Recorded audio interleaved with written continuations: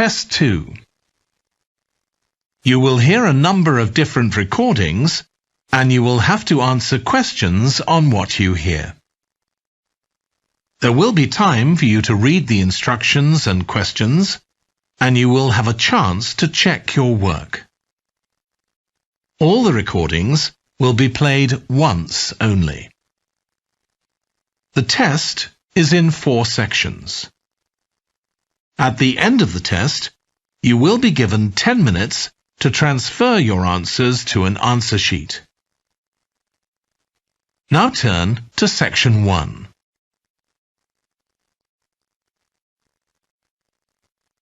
Section 1. You will hear a woman talking to a doctor at a clinic about a medical problem. First, you have some time to look at questions 1 to 4.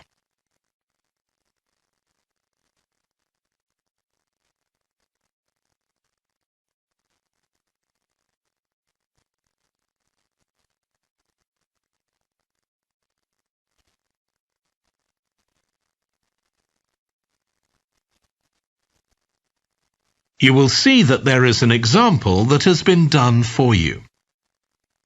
On this occasion only, the conversation relating to this will be played first.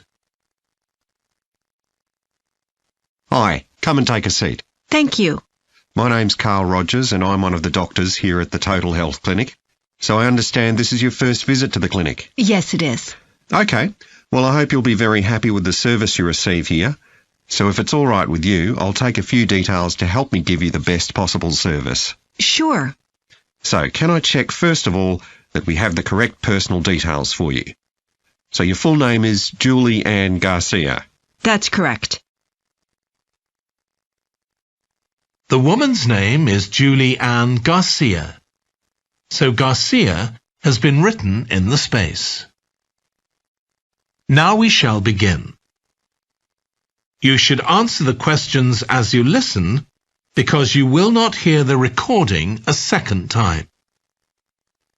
Listen carefully and answer questions 1 to 4.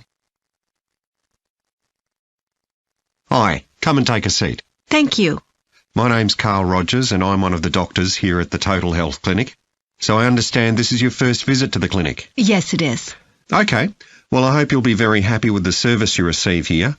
So if it's all right with you, I'll take a few details to help me give you the best possible service. Sure. So can I check first of all that we have the correct personal details for you?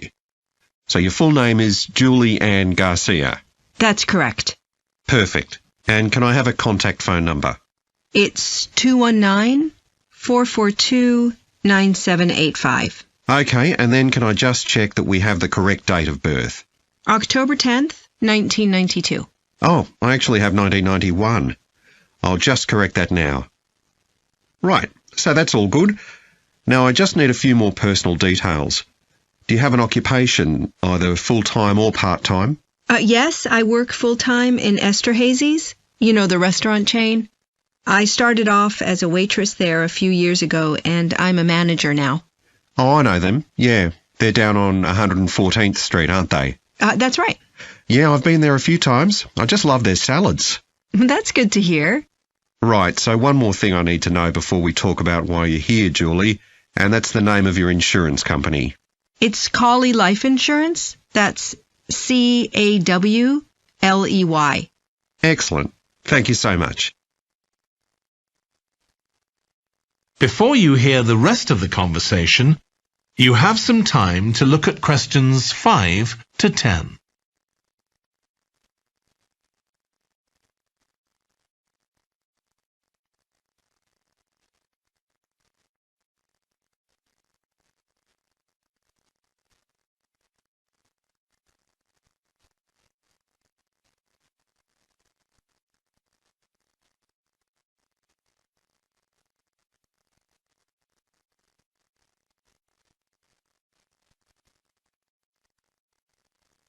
Now listen and answer questions 5 to 10.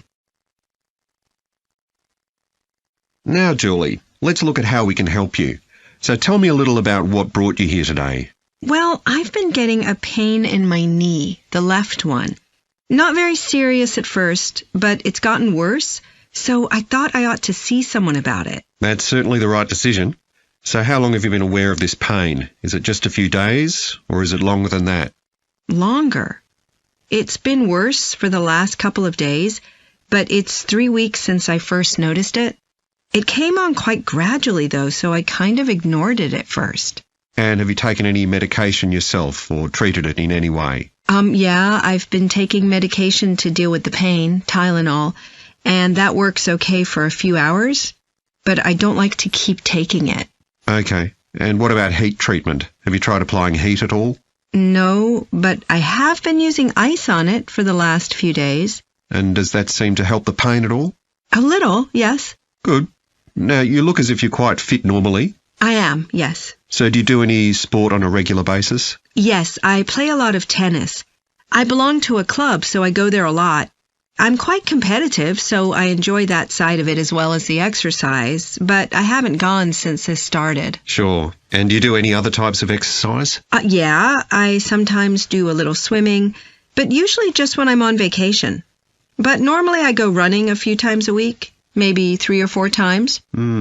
So your legs are getting quite a pounding, but you haven't had any problems up to now? No, not with my legs. I did have an accident last year when I slipped and hurt my shoulder, but that's better now. Excellent. And do you have any allergies? No, none that I'm aware of.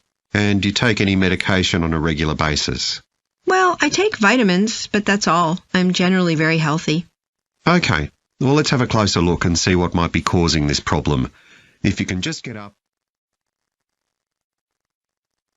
That is the end of section 1. You now have half a minute to check your answers.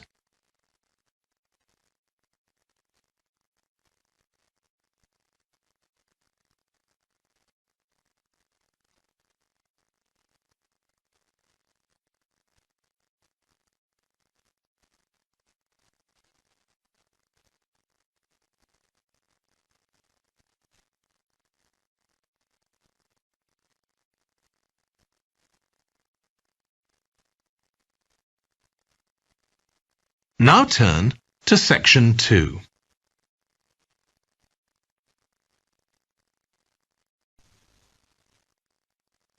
Section 2.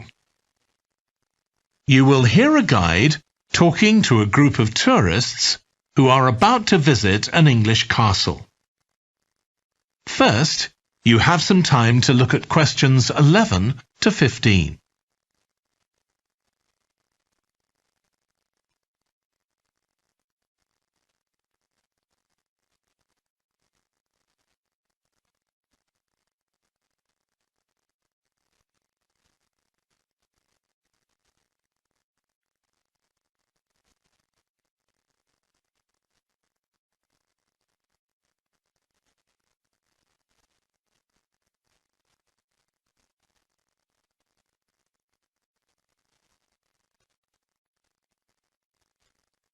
Now listen carefully and answer questions 11 to 15. We'll be arriving at Branley Castle in about 5 minutes. But before we get there, I'll give you a little information about the castle and what our visit will include. So, in fact, there's been a castle on this site for over 1100 years. The first building was a fort constructed in 914 AD for defence against Danish invaders by King Alfred the Great's daughter, who ruled England at the time. In the following century, after the Normans conquered England, the land was given to a nobleman called Richard de Vere, and he built a castle there that stayed in the de Vere family for over 400 years. However, when Queen Elizabeth I announced that she was going to visit the castle in 1576, it was beginning to look a bit run down. And it was decided that rather than repair the guest rooms, they'd make a new house for her, out of wood, next to the main hall. She stayed there for 4 nights, and apparently it was very luxurious. But, unfortunately, it was destroyed a few years later by fire.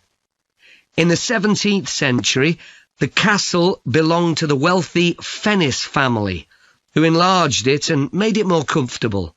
However, by 1982, the Fennis family could no longer afford to maintain the castle, even though they received government support, and they put it on the market. It was eventually taken over by a company who owned a number of amusement parks. But when we get there, I think you'll see that they've managed to retain the original atmosphere of the castle. When you go inside, you'll find that in the staterooms, there are lifelike moving wax models dressed in costumes of different periods in the past, which even carry on conversations together.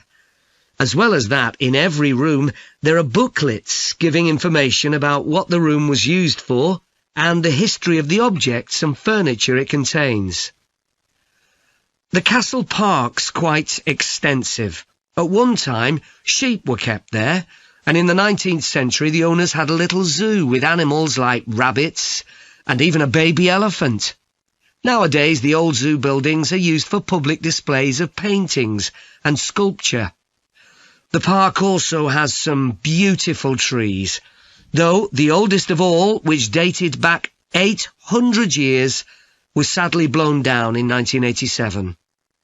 Now, you're free to wander around on your own until 4:30, but then, at the end of our visit, we'll all meet together at the bottom of the great staircase. We'll then go on to the long gallery, where there's a wonderful collection of photographs showing the family who owned the castle 100 years ago having tea and cakes in the conservatory. And we'll then take you to the same place, where afternoon tea will be served to you. Before you hear the rest of the talk, you have some time to look at questions 16 to 20.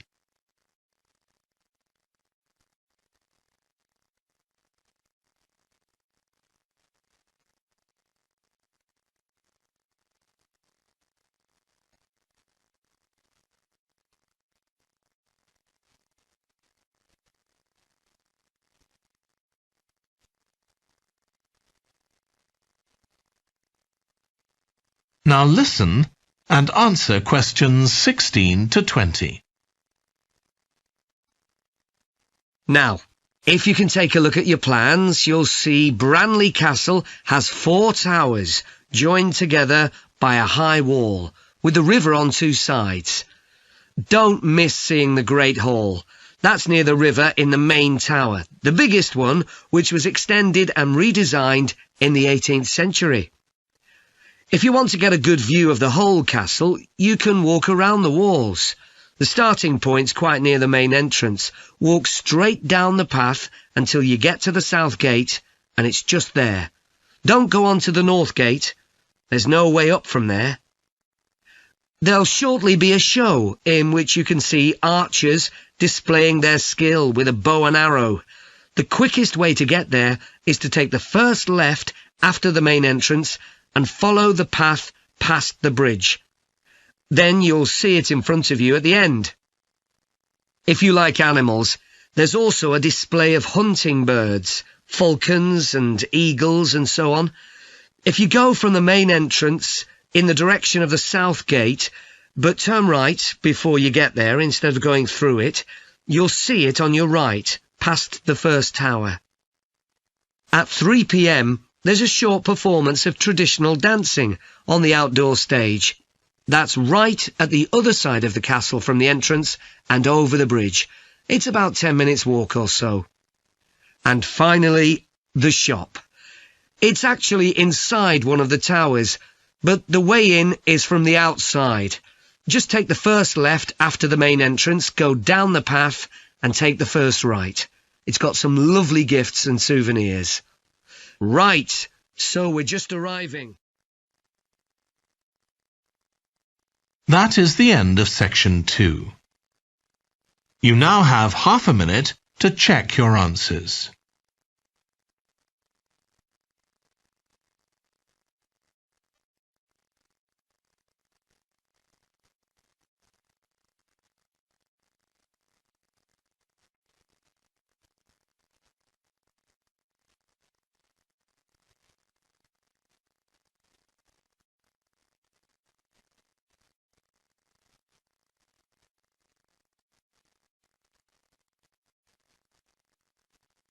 Now turn to Section 3.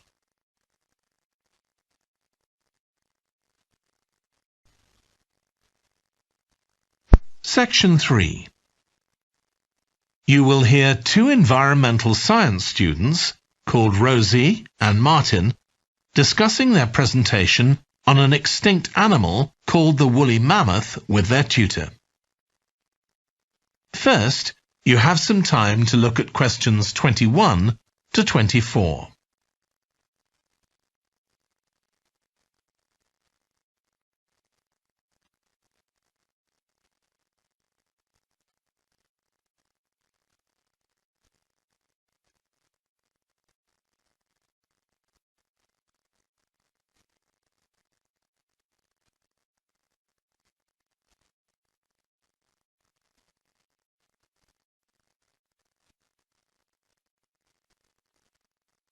Now listen carefully and answer questions 21 to 24. So, Rosie and Martin, let's look at what you've got for your presentation on woolly mammoths. OK, we've got a short outline here. Thanks. So, it's about a research project in North America. Yes, but we thought we needed something general about woolly mammoths in our introduction to establish that they were related to our modern elephant, and they lived thousands of years ago in the last ice age. Maybe we could show a video clip of a cartoon about mammoths, but that'd be a bit childish. Or we could have a diagram. It could be a timeline to show when they lived, with illustrations. Or we could just show a drawing of them walking in the ice. No, let's go with your last suggestion. Good. Then you're describing the discovery of the mammoth tooth on St. Paul's Island in Alaska and why it was significant. Yes, the tooth was found by a man called Russell Graham. He picked it up from under a rock in a cave. He knew it was special. For a start, it was in really good condition, as if it had been just extracted from the animal's jawbone. Anyway, they found it was 6,500 years old. So why was that significant? Well, the mammoth bones previously found on the North American mainland were much less recent than that, so this was really amazing. Then we're making an animated diagram to show the geography of the area in prehistoric times. So, originally, St. Paul's Island wasn't an island. It was connected to the mainland, and mammoths and other animals, like bears, were able to roam around the whole area. Then the climate warmed up, and the sea level began to rise, and the island got cut off from the mainland. So those mammoths on the island couldn't escape. They had to stay on the island. And in fact, the species survived there for thousands of years after they'd become extinct on the mainland.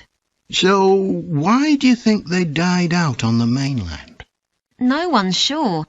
Anyway, next we'll explain how Graham and his team identified the date when the mammoths became extinct on the island.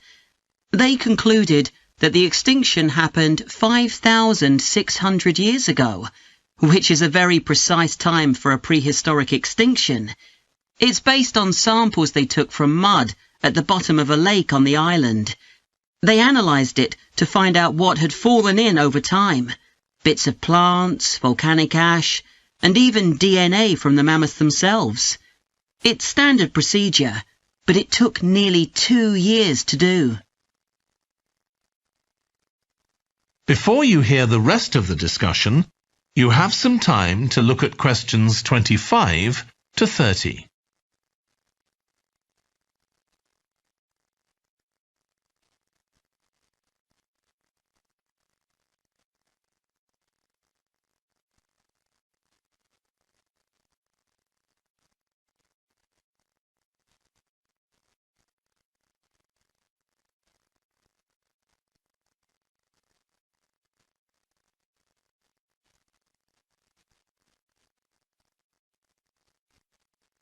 Now listen and answer questions 25 to 30.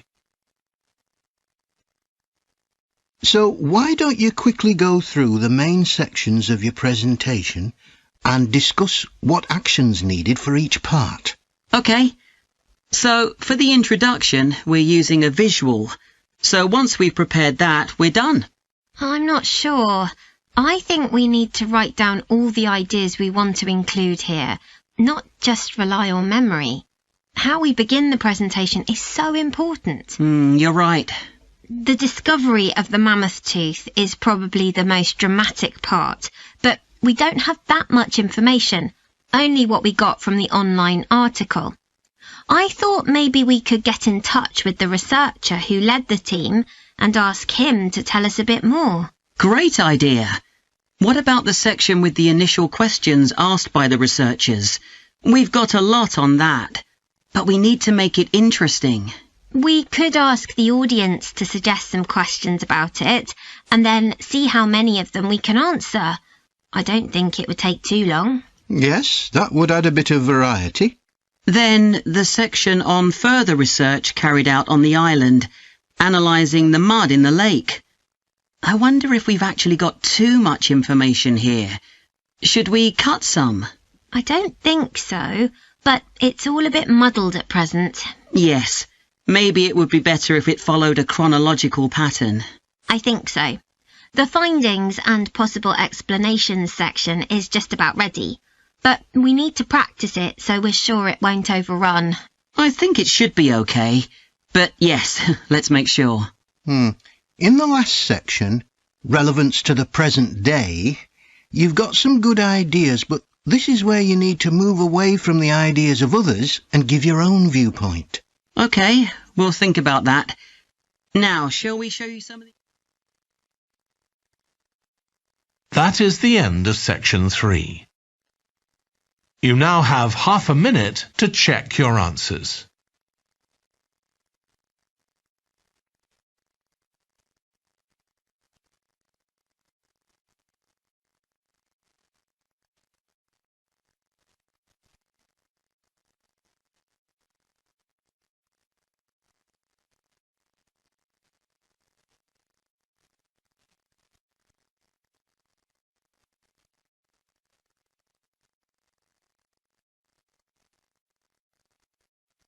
Now turn to section 4.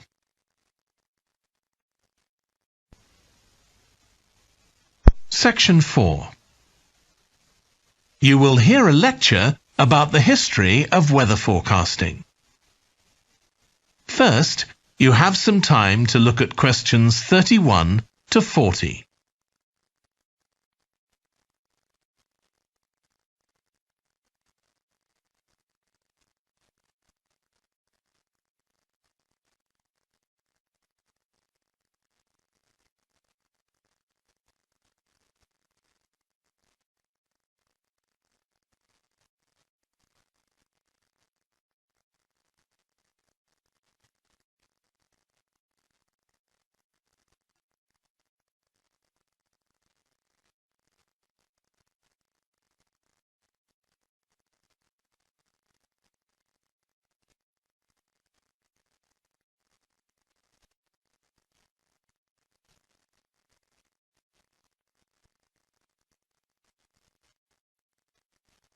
Now listen carefully and answer questions 31 to 40.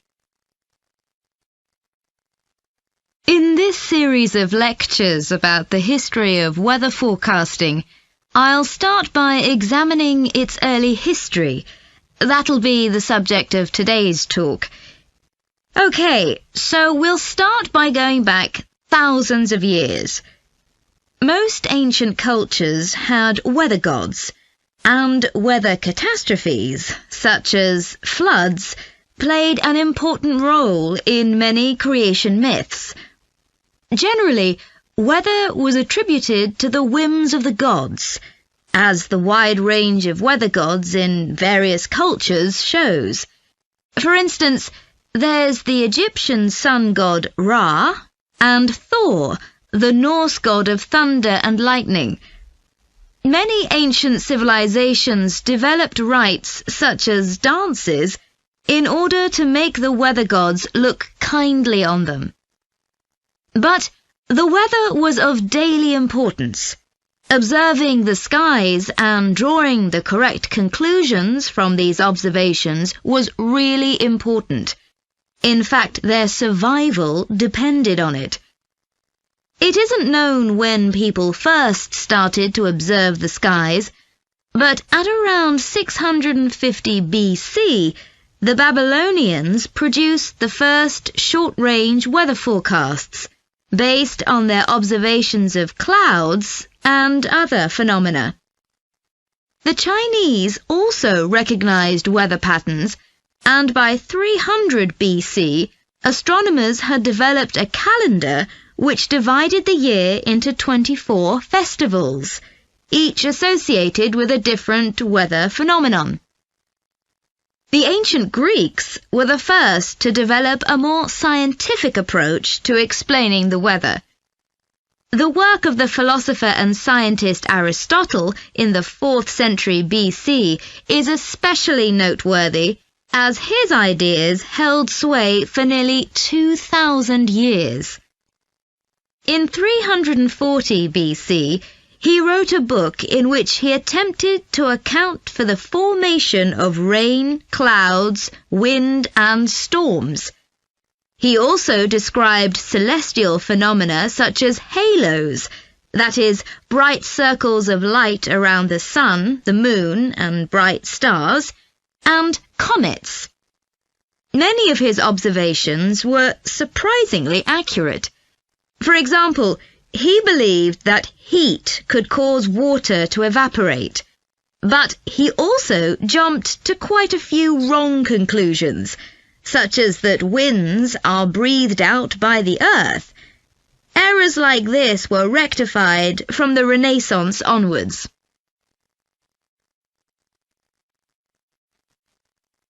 For nearly 2,000 years, Aristotle's work was accepted as the chief authority on weather theory. Alongside this, though, in the Middle Ages, weather observations were passed on in the form of proverbs, such as red sky at night, shepherd's delight, red sky in the morning, shepherd's warning. Many of these are based on very good observations and are accurate, as contemporary meteorologists have discovered. For centuries, any attempt to forecast the weather could only be based on personal observations. But in the 15th century, scientists began to see the need for instruments. Until then, the only ones available were weather vanes, to determine the wind direction, and early versions of rain gauges. One of the first, invented in the 15th century, was a hygrometer, which measured humidity. This was one of many inventions that contributed to the development of weather forecasting. In 1592, the Italian scientist and inventor Galileo developed the world's first thermometer. His student Torricelli later invented the barometer, which allowed people to measure atmospheric pressure. In 1648, the French philosopher Pascal proved that pressure decreases with altitude. This discovery was verified by English astronomer Halley in 1686, and Halley was also the first person to map trade winds.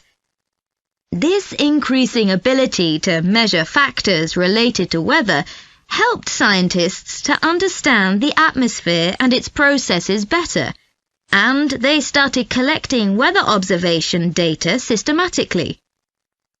In the 18th century, the scientist and politician Benjamin Franklin carried out work on electricity and lightning in particular, but he was also very interested in weather and studied it throughout most of his life. It was Franklin who discovered that storms generally travel from west to east. In addition to new meteorological instruments, other developments contributed to our understanding of the atmosphere. People in different locations began to keep records, and in the mid-19th century, The invention of the telegraph made it possible for these records to be collated. This led, by the end of the 19th century, to the first weather services. It was not until the early 20th century that mathematics and physics became part of meteorology, and we'll continue from that point next week. That is the end of section 4. You now have half a minute to check your answers.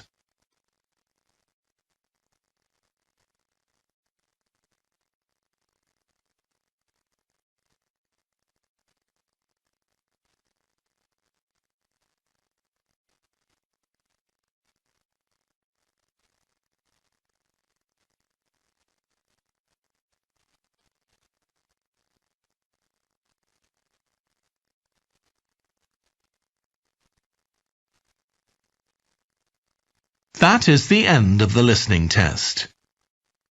In the IELTS test, you would now have 10 minutes to transfer your answers to the answer sheet.